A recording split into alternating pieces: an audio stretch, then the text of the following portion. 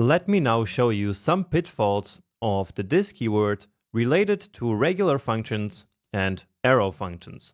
This way we can learn when we should use and avoid each of them. And to start, let's get back the Jonas object from before. And I will also add a first name property.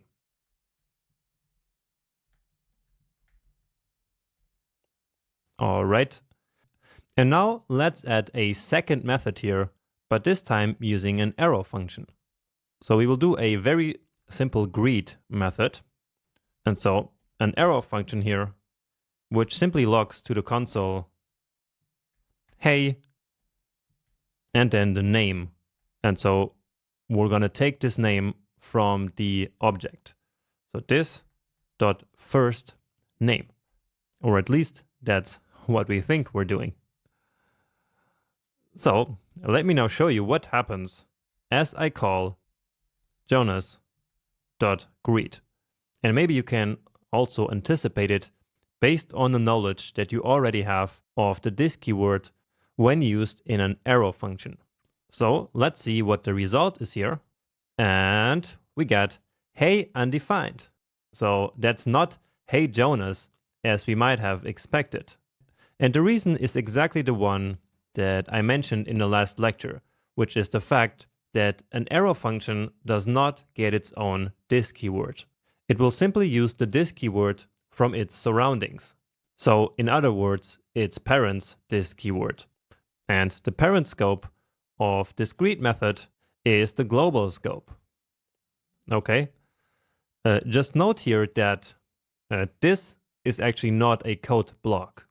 So you might think that like this kind of block here also creates its own scope, but it doesn't. So this is not a code block. It is an object literal. So it's just a way that we literally define objects. Okay. So all of this here is in the global scope still. And so therefore that includes this greet method. It is in the global scope. And so therefore the arrow function here, which does not have its own this keyword, will use the this keyword from the global scope. And remember, that is the window object, right? And so this dot first name is also undefined. And I think that this is actually something that we haven't seen before. So when we try to access a property that doesn't exist on a certain object, we do not get an error, but simply undefined. And so that is what is happening here. That's why we get undefined, because this is the window object. So just as we saw before, and then on the window object, there is no first name, and so we get undefined. Okay. And actually this behavior can become pretty dangerous in case we use var to declare variables. Because remember from a previous lecture that variables declared with var actually create properties on the global object. And so let's imagine we have this. So var first name equals Matilda. And so now as we run the greet function, it will say, hey Matilda. Okay, so why is that? So again, it is because inside of this function here, the this keyword is window. And actually let me print that here to the console as well, just so we can really see that here happening. Okay, so again, window is the this keyword inside of this arrow function, even though that arrow function was called by the Jonas object. But that rule does not apply here because again, it's an arrow function. And so if we take a look at this window object now, and here close to F for first name, you see here that it does indeed have a property called first name with the value of Matilda. And again, that's because if we declare variables with var, that creates these kind of properties on the global object. And so therefore, this dot first name which translates to window that first name, is then Matilda. And so that's why we then get hey Matilda here.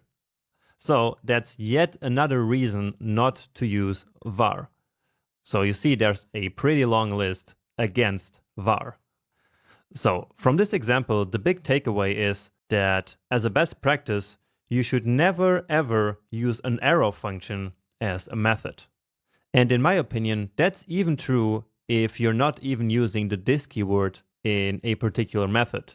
Because if you have this rule of never using an arrow function as a method, then you never have to think about which type of function you should use.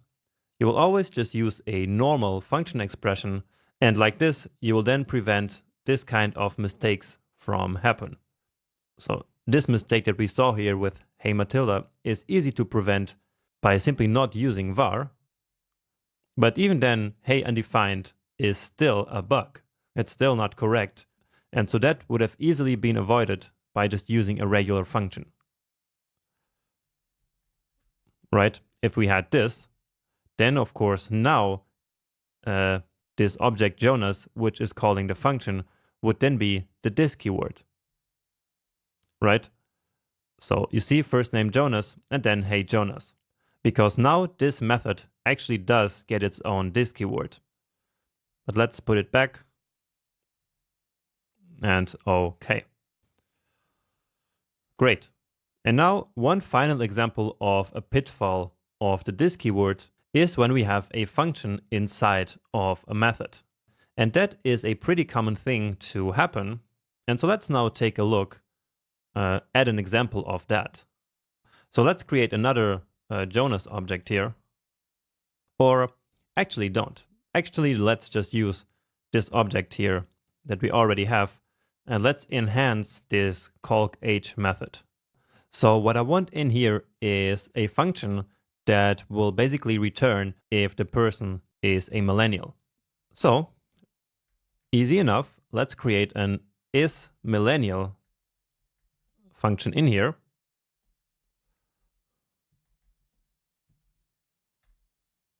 And let's simply log to the console if this dot year is greater or equal 1981, and so that's the same rule that we used before, so that the birth year needs to stay between 1981 and 1996. So below 1996.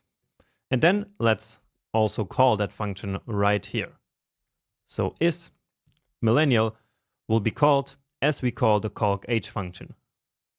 So let's also do that. So Jonas.calc_h. So we're calling this method here, the calc_h method, which is a regular method, so not an arrow function. And so therefore, the this keyword right here should be the Jonas object. But then in here we have a regular function, so this one, and here we are then calling it again. Now inside of this function, we are using the this keyword. And so let's now see what happens as we reload the page. And we get cannot read property year of undefined on line 138. So that's right here. So what this means is that the this keyword must be undefined. That's what it says here. So let's just log that as well. And here we can get rid of this one now. Okay, and indeed, the this keyword here is undefined. So why is that? Well, if we think about this, then this here is really just a regular function call, isn't it? It is a regular function call even though it happens inside of a method.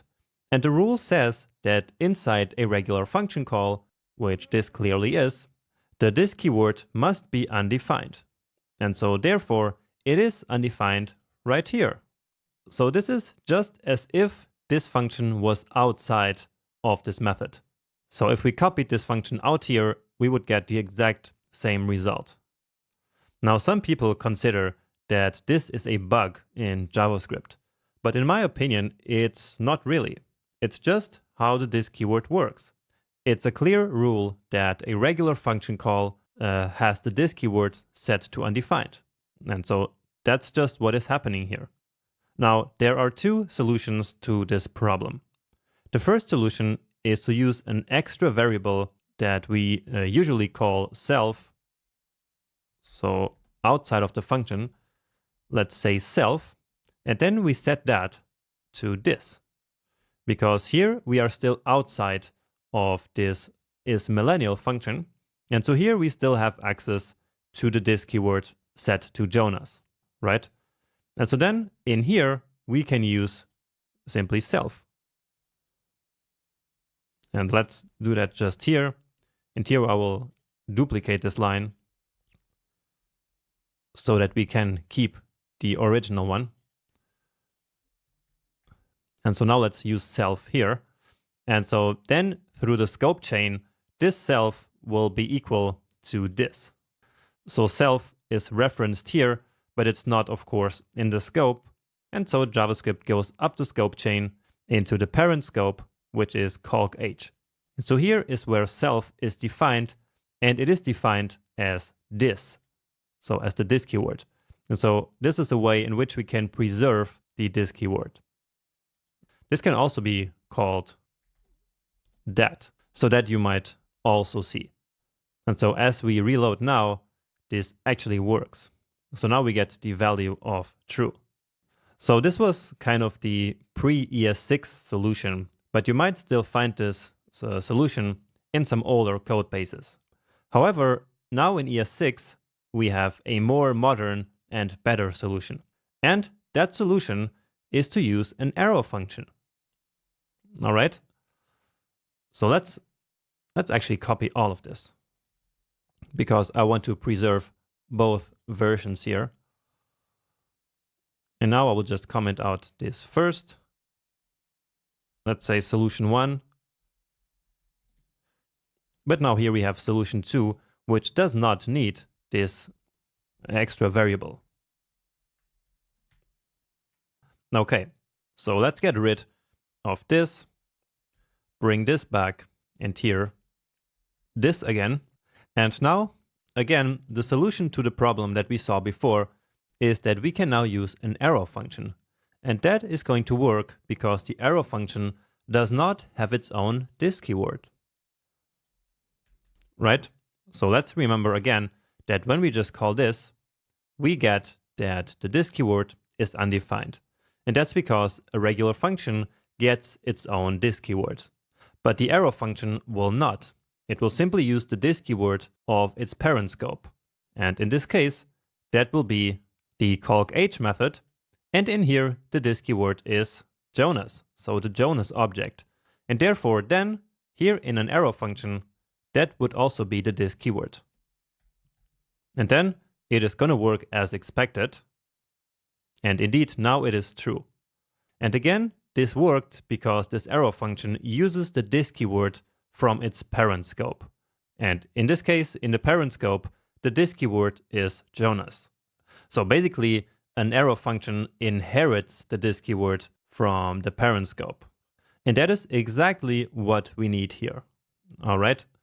And so here you see that it's pretty important to know exactly how each of the different type of functions work in regard to the this keyword, because then you can really use them according to your specific needs. Great. So I hope that especially this solution here made sense to you, and that when you need it at some point in your journey or in your job, you can remember that this is a very useful use case of the arrow function. Now, just to finish this lecture, I also want to quickly touch on the arguments keyword. Maybe you remember me talking about that also in a previous lecture. So in the video about execution contexts and the call stack, we learned that functions also get access to an arguments keyword. So not just the this keyword, but also an arguments keyword. Now, just like the this keyword, the arguments keyword is only available in regular functions. So let's create another function here. So first an expression. So again, basically that's our functions for adding. And actually, let me just grab them from here. I think I defined them somewhere up here. Yes. So there's no need to rewrite the same code over and over again. You just add a comment here, arguments, key, word. And then let me also print to the console that keyword. So let me quickly call this function here now. So 2 and 5. So just so we see the arguments keyword. And so down here it is. And you see that we get basically an array with 2 and 5. And so that's exactly the two parameters that we passed in. And this can be useful when we need a function to accept more parameters than we actually specified. So this is something that we never did before. So up until this point, we have only ever specified exactly the arguments that we have here in the list of parameters. So we have two parameters and so two arguments. But it is completely legal to add more arguments. They will not have a name, so we didn't name them, but they exist. And we can see them here in the arguments array. All right, so they do appear here and we can use them therefore in the functions. For example, we could use a loop and then loop over this array and add all the numbers together. But now my point here is that the arrow function does not get this keyword. So let's also log it to the console here. So let's put this here in curly braces. Then remember, when we have more than one line of code, we need to explicitly return.